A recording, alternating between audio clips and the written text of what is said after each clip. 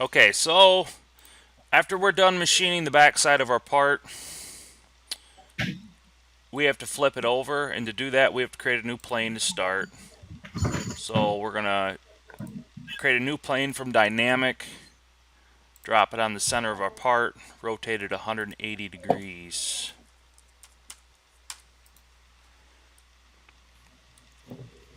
We're gonna name it Op2, green check. Now we have to make sure our Op2 is active here before we go and make our machine mill default. Now, if I go back to toolpaths, I'll have a new machine group made, but that group is tied to Op2 because I had Op2 active when I created it. So I'll name that Op2. Whenever you make a new machine group, you have to go back in and set up your tool settings and your stock setup.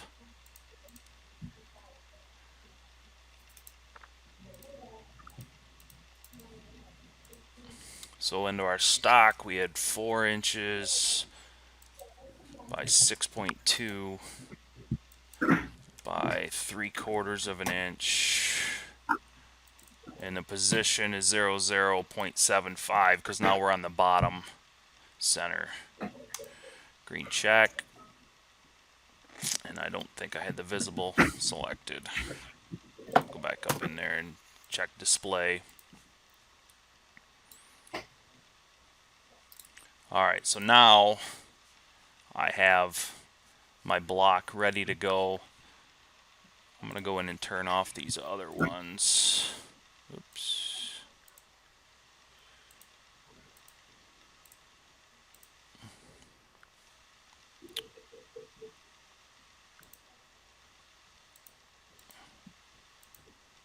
I guess that's it. Oh, the dragon. There we go. And I'll get rid of this. Okay, so on this back side, the plan is that the machine is to bolt through our tapped holes in the back onto a fixture and then hold that fixture in the vise. So on the back side, we didn't machine around the outside. Now this front of the part, being we're bolted to a fixture, we'll be able to machine the entire outside of this part. So the way I want to approach this is I want to face the part, I want to cut the outside, and then I want to go ahead and cut this slot in here. And I'm going to just do all of that with a 1/2 inch end mill. So toolpaths, mill, oops. Toolpaths facing. We'll select our chain, which will be the complete outside of the part.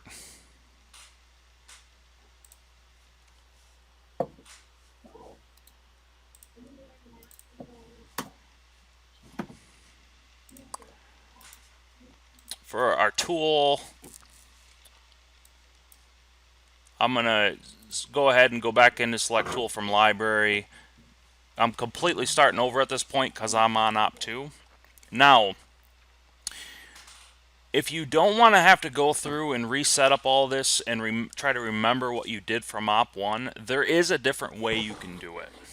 You can copy a program from Op1, bring it down, and that'll help start you with anything that you had done previously. So if you're going to set up your CNC machine to run all of Op1 and all of Op2, you want to have everything matching in the two ops. So let me show you that method instead. So up here we made a facing program. So I'm going to copy it and I'm going to put it in Op2. But you'll notice that it brings machine group 1 down here again, because this is a copy of a program in machine group 1. Well, what I need to do is go into the parameters now and come down to planes and change it to my new plane Op2. Okay, and I can leave pretty much everything else the same that was in there. And then I could change the geometry to this new geometry on the top, or since it was the same part, I could leave it on the bottom and just change my linking parameters so that now it's going to cut on the top of the part. So we're going to say the top of the stock is 0.75 and our depth is at 0.75 absolute.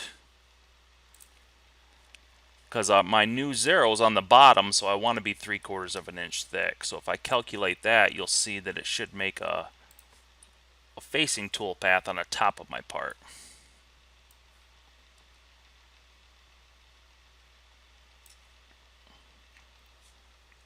So that's how I was able to create my new facing program, by copying my old one down and just changing the planes that I was using. So now that I want to create a contour program to cut the outside of the part,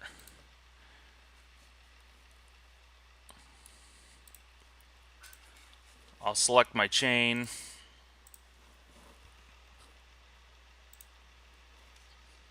My tool should show up in here now because I copied it down from up above. So it didn't bring down my feeds and speeds, but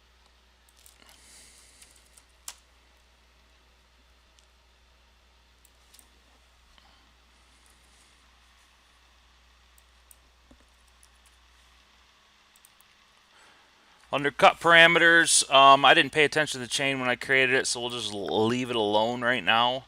But we'll go back up and take a look at it when the program creates, make sure we're on the right side of the line. I am going to leave 10,000 stock on the wall because I'm going to make a roughing and a finishing pass. My depth cuts, we'll take 1/8 inch depth cuts, and then on my lead in lead out, I don't need to go a full 100% for my length and radius, so I'm just going to do 25% for each. Make sure that my exit matches my entrance, and then on my linking parameters, if the top of the stop is at 3/4 of an inch, I want to cut all the way down to the bottom, so I'm going to make my depth at an absolute of 0.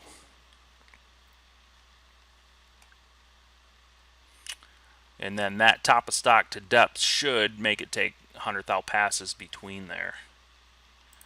Double check my planes on Op2, everything's good. Turn my coolant on. Green check.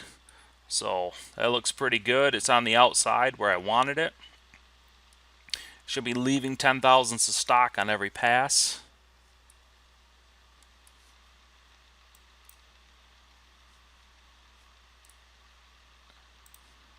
I'm just going to copy and paste that program. Go into my parameters. I'm going to turn off my depth cuts. My stock allowance is going to go to 0.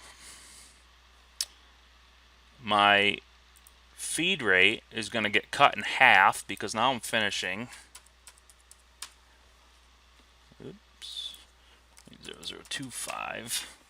So this is my one finish pass, and then my linking parameters will stay the same, and you'll see that it calculates just a single pass on the bottom, and that pass should be 10 thousandths in from the 10 thousandths stock allowance.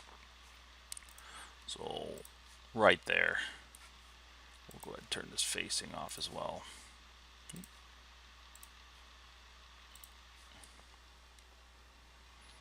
So there's my rough and finish pass on the outside. Now we'll do the same for this internal slot. So if you want to cut this slot as a pocketing program, you can do that, but you're going to have to create new chains that come outside of the part.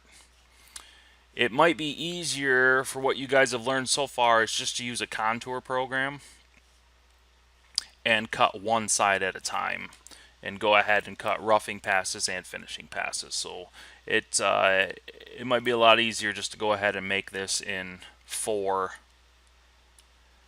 programs, 2 roughing, 2 finishing. So we'll go ahead and just do it that way.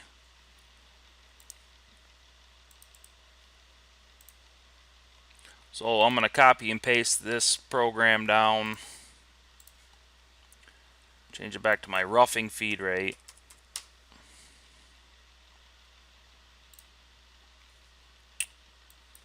Stock to leave on the walls of 10. Stock to leave on the floor of 10. Go back to our depth cuts. Now, since we're full slot milling, we're not going to take as big of a depth cut, so we'll just go 50 thousandths. My linking parameters, top of the stock is 750. This slot is a 1/4 inch below that, so 0.5 absolute.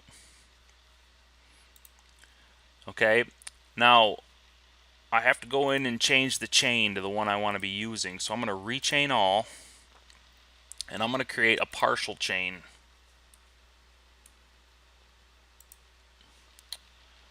So I'm just going to select this top chain. I'm going to reverse that direction and follow my chain along. Alright, so you see what I did there? It created a second chain, and I don't want to do that. So I'm going to create this chain the other direction. It's a finicky part of Mastercam where it'll do that to you. It'll sometimes create the chain in the direction that you don't want it to go. Oops.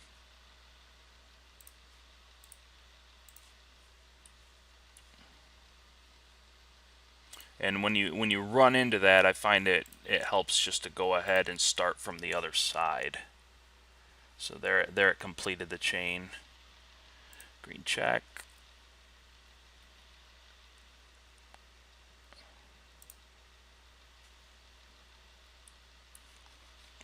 Now we'll go ahead and calculate that dirty because we copied it, so it's on the wrong side.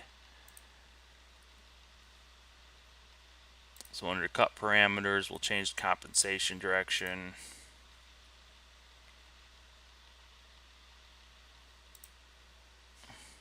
There we go. So it's cutting, it's roughing that side out now.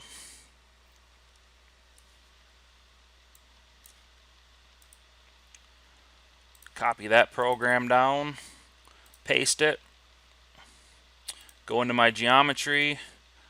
I'm just going to change the chain. All the other parameters are set.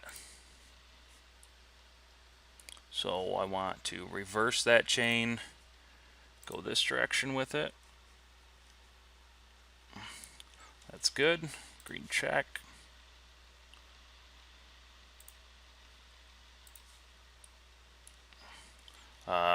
Since I started on the other side, I've changed the compensation direction back.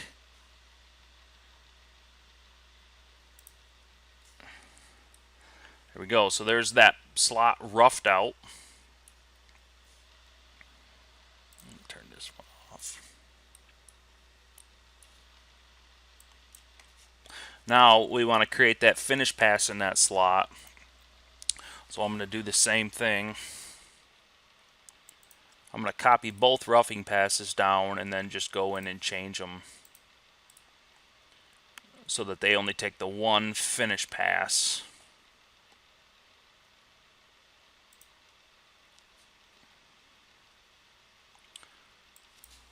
So we'll take away this 10,000 stock allowance, go to my linking parameters, oops, my depth cuts, and just turn that off. And that should take one finish